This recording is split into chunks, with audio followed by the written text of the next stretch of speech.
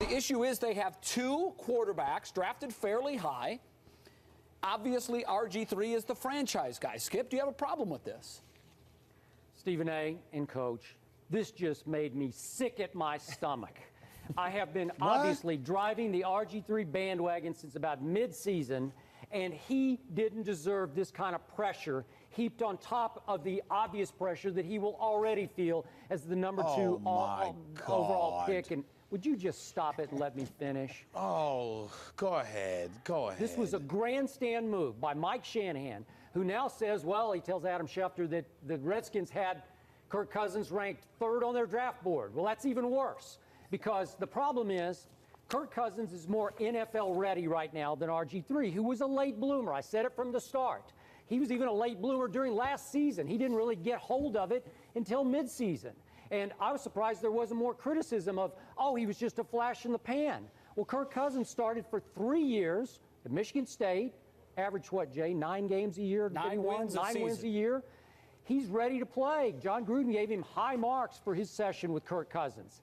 If Kirk Cousins has, I don't know, 4 or 5 big quarters in the exhibition games, all of a sudden you create a quarterback controversy that RG3 doesn't deserve. And I know Ron Jaworski went off on this move on ESPN on Saturday, and I appreciate it because I was covering Ron's Rams teams when Shaq Harris, James Harris, you remember him, Stephen A., or was that too far before your time?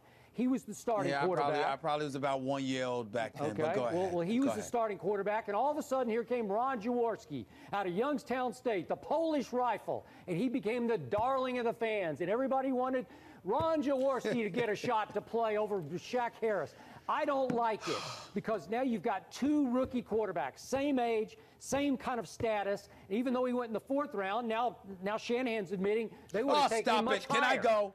Can I speak? Can I speak? Because you're really getting on my nerves already. At least you waited 30 minutes in order to do it, okay? Yeah. First of all, you should be ashamed of yourself. What you need to do is they need to check your passport, your birth certificate, check your patriotism. I don't understand it. I mean, it doesn't make any sense, Skip Bayless. Robert Griffin III is somebody that you have been raving about forever. You said he's the best quarterback. You said he had a better upside than Andrew Luck. Blah, blah, blah, blah, blah. He's the number 2 overall pick. And here you are talking about some dude that was picked 100 spots lower than him. He's supposed to be worried about that. If RG3 is worried in any way about Kirk Cousins, then he is not the player you said he is. He is not the player everybody else said he is. He's certainly not the player that I think he is. And I know that this kid can play. Kirk Cousins. I mean, this dude, he's coming into the league. He knows he's a backup. We'll see what you do years down the road.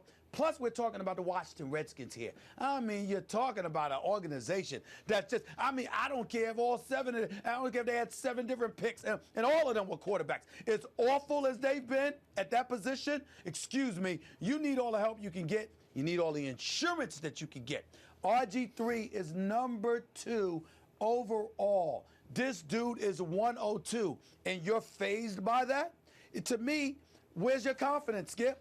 You're the one that's been Robert Griffin III. Really? You don't sound confident right now. Tell me when you're finished. Get it together. Relax. We got to let Coach speak first, and then I get to go again. Go ahead, Coach. Dive in. Do you like the move? I like the move. And Stephen A., I agree with you 100% on Oh, this. stop it.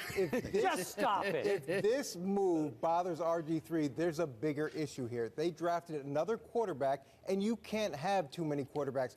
Just look at last season. Peyton Manning goes down. The problem's there. Jay Cutler goes down. What are they, 7-3 at that point? And they finish up 8-8, and it's right on down the line. Matt Schaub gets hurt. Michael Vick gets hurt. Guys are going to get hurt. And you saw in New England the year that Tom Brady got hurt, and they could put Matt Castle in and manage the game with a homegrown quarterback, backup quarterback, how well that worked out. The other thing is there's currency here. Let's say that they develop this second quarterback, and Philly does it all the time. At some point, that can change into a much higher draft pick in the future. But more importantly, it's insurance right now. And it's not saying that they don't believe in RG3. It's saying that they're going to make the best decision for the team at that position where there's been a lot of instability for a long time. How did Kevin Cobb work out for Donovan McNabb? You don't think that put extra pressure on him? But how do you think the trade worked out for Philadelphia? Okay, well, that's at the expense of RG3. That's great. If you want to get a second-round pick eventually for Kirk Cousins at the expense of this guy, and I'm not finished yet.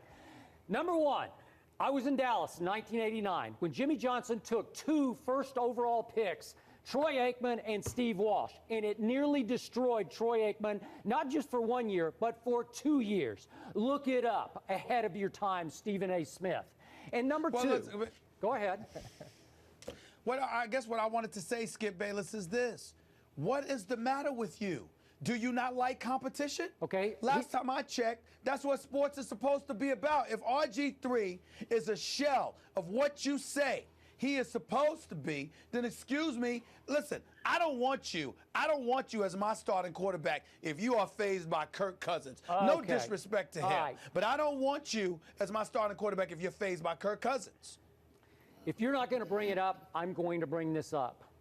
Obviously, Robert Griffin III is a black quarterback. And even though we've come a long, long way with black quarterbacks, and they have been consistently taken high in the draft over the last 15 years, I'm not sure we've come all that far in protecting said black quarterback, publicly protecting.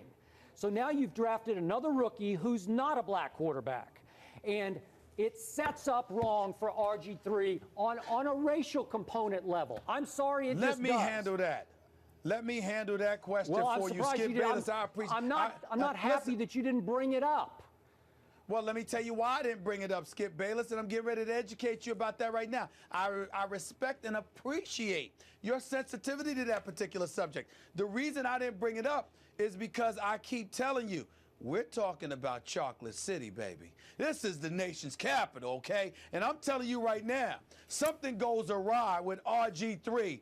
It's going to be Mike Shanahan's head that rolls. You can't bring in number 102nd in the draft, Kirk Cousins, and think that you're going to sit there and supplant RG the third or sit there and railroad him and position him to be railroaded. Mike Shanahan will be gone before you could spell his last name. This is Chocolate City we're talking about. If you were in Indianapolis, Skip, you would have a very valid point, okay? If you were in Indianapolis, Jacksonville, or some other place like that, maybe.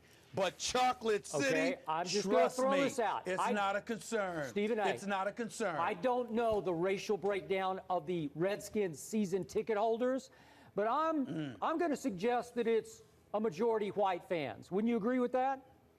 No. Chocolate City. Okay, it's a different level, We're not Skip. talking about the breakdown, the racial breakdown of the city, of the stadium. I'm just saying there are going to be a lot of boo-birds who are going to be quicker to boo if the white quarterback is outplaying the black quarterback in the preseason. And the black quarterback gets off to a rough start in his first 2 games. Fair. Watch what happens. Fair. Okay. Fair enough. But what I I'm don't saying, think this but is what fair. I'm saying, Go ahead. Go ahead. Hey, I'm sorry to Coach. interrupt, but I don't think it's fair to say that this has anything to do with race. I don't think you draft a quarterback number 2 overall and then draft another quarterback later in the draft because it's a white-black thing. I don't think it has anything to do with that, and I don't think that's fair to Mike Shanahan to imply that this has anything to do with that. No, it's not about Shanahan. Well, whoever, it's just the dynamic you set up for the fans. It's the implication of what this move was made for. It has nothing to do with that. It's about having another good, young quarterback that you felt strongly about there to develop along with RG3 should RG3 get hurt. Mike Shanahan is married to RG3. His future is tied to RG3, not Kirk Cousins. Coach, let me chime in, Coach, and respond directly to that. I respect where you're coming from. And in no way am I disagreeing with you based on the premise you just provided. But in fairness to Skip, let me say this. It's one thing you got those season ticket holders, okay? And clearly Mike Shanahan, race and all that stuff has nothing to do with who they drafted and why. I totally agree with that.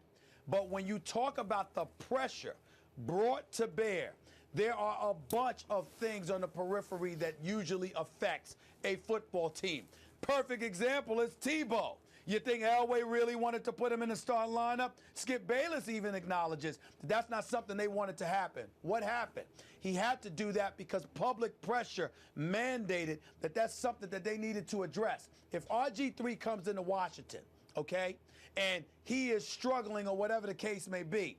What I'm saying is that rabid fan base of the Washington Redskins, whereas you might look at the season ticket holders and there may be a racial dynamic that favors quote-unquote white folks.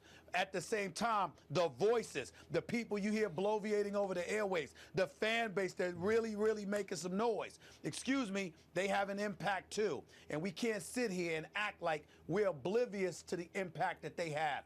That dynamic does get into the equation for whatever reason. It could be race, it could be anything else. But something other than just football sometimes affect football decisions, and I think even you have to admit that, Coach. No, and I understand what you're saying, how the fans can affect it and the pressure component. But I think that's going to be true whether it was RG3 and a white quarterback or RG3 and a black quarterback. Typically, the backup quarterback's the most popular person in any town if the starting quarterback isn't doing very well.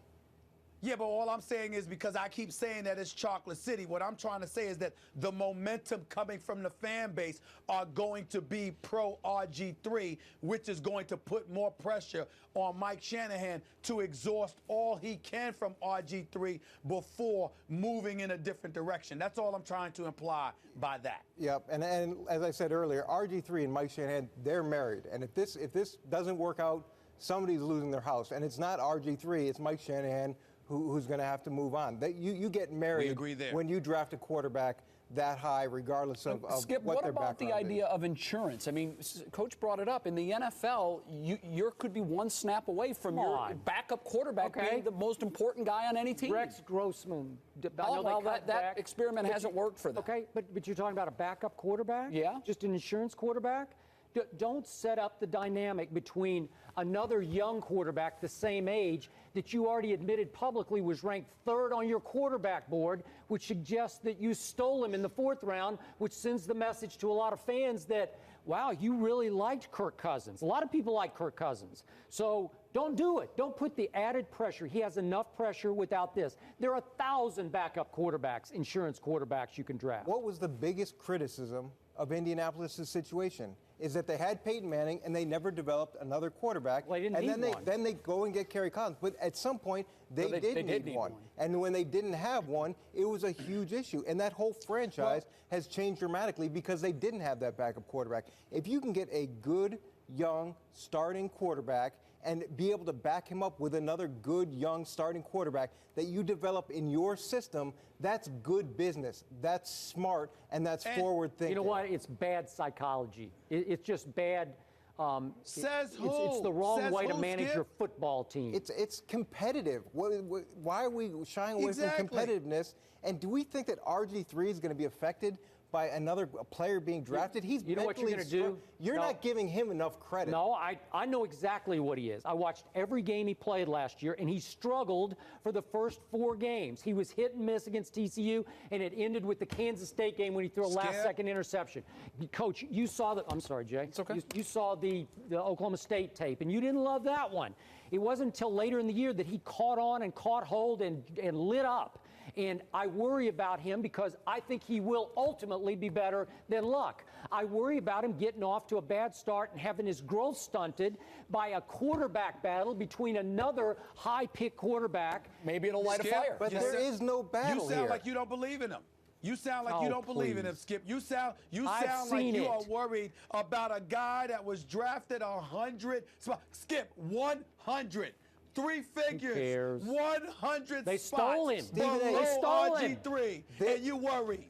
There is no battle here. There's no battle here. He was the 2nd pick in the draft. He's the starter. He may struggle. It doesn't matter. There is no quarterback controversy here. He's the starter. That's it. And that says Mike Shanahan. That's exactly what he's saying.